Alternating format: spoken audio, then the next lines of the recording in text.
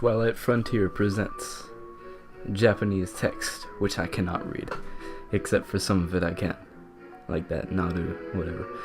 The basic story of this game is that Patchouli Knowledge is frustrated because Marissa Karisume keeps on stealing all her books, and she builds a fortress to try and destroy everything because she's tired of it. But Marissa teams up with Alice Margatroyd to stop Patchouli Knowledge from doing this. But hey, the Mega Man games have never really been about the story, now have they? And neither have they been about intro things, but it's still kind of a pretty intro anyway, so whatever. This is MegaMari. MegaMari is essentially Mega Man 2, but with some Toho slapped on, along with some oh my god so difficult. Why am I doing this, you may be asking? Well, with the abundance of Pokemon that I have on my channel at the moment, with battles and live Pokemon and what have you, I figured I should mix it up and do some kind of game. Not only that, but when I was looking around for games to do, I kind of noted that I like both the Toho project and Mega Man quite a bit. So, you know, what better than to do some MegaMari?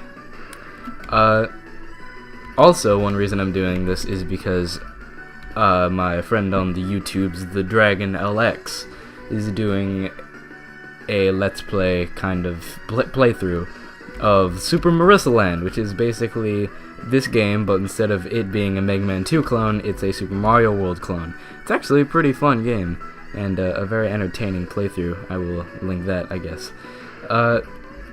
So yeah, without further ado, let's start the game. So here are the Robot Masters, as it were.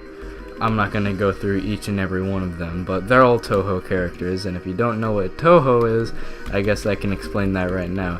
The Toho Project is a series of top-down shooter games where you fight a bunch of Japanese girls. It's also, like, pretty heavy on the bullets, as you'll see in a bit. Now, I could go with, like, the easy one, which would happen to be Cerno, but I'm just gonna kind of go with a more fun stage, and go with Racing Udongain Inaba, I believe. Yes, Udongain Inaba. So here we are in a bamboo forest, I guess. MegaMari's controls are fairly, Marissa's controls are fairly easy to figure out. You can jump and you can shoot, and you can also jump and shoot. You can't charge because this is a Mega Man 2 clone, and if you notice when you press start, you get this. This is one of the gimmicks that MegaMari likes to throw your way, is that there are two characters you can play as. Not only can you play as Marissa Karisume, but you can also play as Alice Margatroyd, who with a ridiculous last name. Excuse me. Instead of her weapon being bullets like Marissa's, her weapon is a laser. It is fairly weak from long range, but if you get up close to the enemy, it will become stronger. It can also go through shields and is generally useful, although I personally prefer Marissa. So in this stage, there's bamboo, quite a bit of it, and a lot of these guys, the fuzzballs, FOE. Even in Mega Man, FOE. They like to throw tricks your way. These kinds, if you get up close to them, they go completely insane and start jumping around. And these are red fairies. They like to fire a lot of bullets. The bullets can seem intimidating at first, and this really goes for the whole game, is that the amount of bullets can seem intimidating at first, but Marissa's hitbox is incredibly small, even though I just got hit. But her hitbox is really small, so getting past the bullets is normally not as hard as it looks. But here we have blue fairies, which like to fly past the screen and shoot bullets at you, and bunny girls, I guess. Why? Because this stage is based off of a girl who was a bunny, I guess. But you know, just the main idea with this stage is to inch along and kind of take it slow. Practice is often what makes perfect with these stages, so kind of know your route, know what you're doing, and you hopefully should be able to get past just fine. Emphasis on hopefully. I've been practicing quite a bit, and I still sometimes just cannot get the handle of it. Take this one up close, because if you are up close to her, she cannot hurt you, and then just kind of keep on going along. This stage really does like its instant death spikes in the form of sharp bamboo spikes, and also bunny girls that shoot things at you. Wow, can I not play video games today? Hello? So be wary when you're jumping over the spikes, because all of them are instant death, as seen here. Also, might I say, when I have something to talk about, this game's music in general is very good, but this song in particular is very jazzy. Now here is a secret passageway, in some somewhat glitchy texture files. You get these girls in like roboticized armor or whatever that like to shoot giant bombs at you. It's not really that useful at this point in the game, because your reward for that is essentially a weapon tank, which would restore all of your weapon energy, as you do in Mega Man. But this is my first stage I'm going through, and thus I have no weapons, so kind of useless at the moment. These fuzzballs like to shoot a lot of bullets at you, but as noted, your hitbox is very small in this game, so it's still not that big of a deal. As we continue through the stage, we find giant fuzzballs which, when touched to the ground or shot with bullets, will explode into, I believe, 4 or 5 smaller fuzzballs, or, you know, regular ones. These yin-yangs can hurt you, and they do cause a lot of damage if, you know, physically contacted.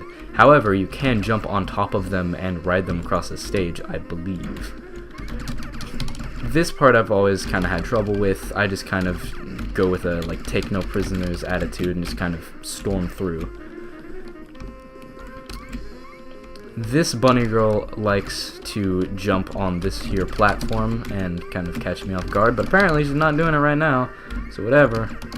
But that's how I normally go through that part, is just kind of standing on the lower platform and waiting until she jumps up. Here, just kind of fire like there's no tomorrow, because that's kind of how you do with sections of the stage like this. Always be careful. There's not very many parts in this game where you can just run through guns blazing. Even though it might look like I'm doing that, I still have to be really careful, because there's still many opportunities where this game can kill me, whether it be from draining my life bar or knocking me into the instant death spikes. Right here, I have to, you know, you have to be really careful. Either you can go on this platform like that, or you can jump onto that platform and try to dodge the fuzzball on there. Either way, it's very difficult and still requires some decent timing. So, yeah. Here we have more fuzzballs. I'm not exactly too sure what their official name is. It might even be FOE for all I know, but I'm just going to call them fuzzballs because that's what they are. Here we get kind of a breather. We can just kind of stand here on this platform and, you know, take a break. But we're not going to do that because this is a YouTube channel and that's not what we do here. More fuzzballs flying from the sky. It's not very difficult to kill those ones, but you still kind of have to be wary, especially through jumping with those kind of platforms. Here, we have MegaMari's answer to Big Eye from Mega Man 1.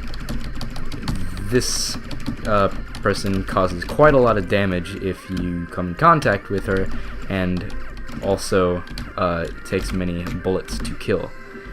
We're now in the final stretch of this level, where we have some more bunny girls to shoot at, and that would be the whole level. Yay!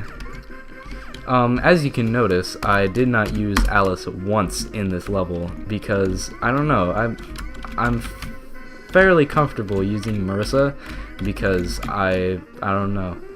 I've played a lot of Mega Man, and I'm just kind of more comfortable with her character. She does come in useful though, as I can show you later. And one part she definitely comes in useful is boss fights. Because Marissa and Alice have separate health bars, it's important to at least keep one near full so that if you ever become in danger with one character, you have another character to fall back on, and this can be very important in boss fights.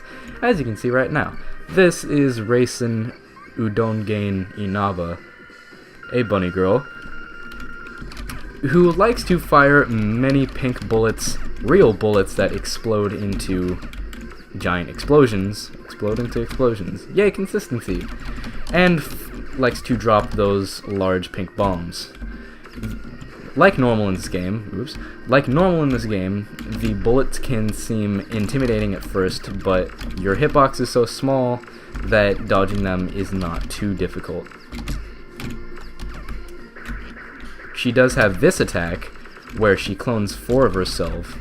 As long as you stay in the center, then that attack is not particularly hard to dodge. However, it does look very stylish when you do dodge it. Racing also does have a panic attack, as you'll see in a moment. Right here.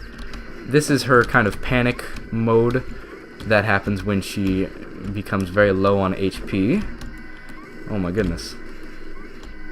There we go. It can be pretty easy to lock her into a pattern of shooting the bullets right above you, and you can kind of stay near her and fire the laser at her.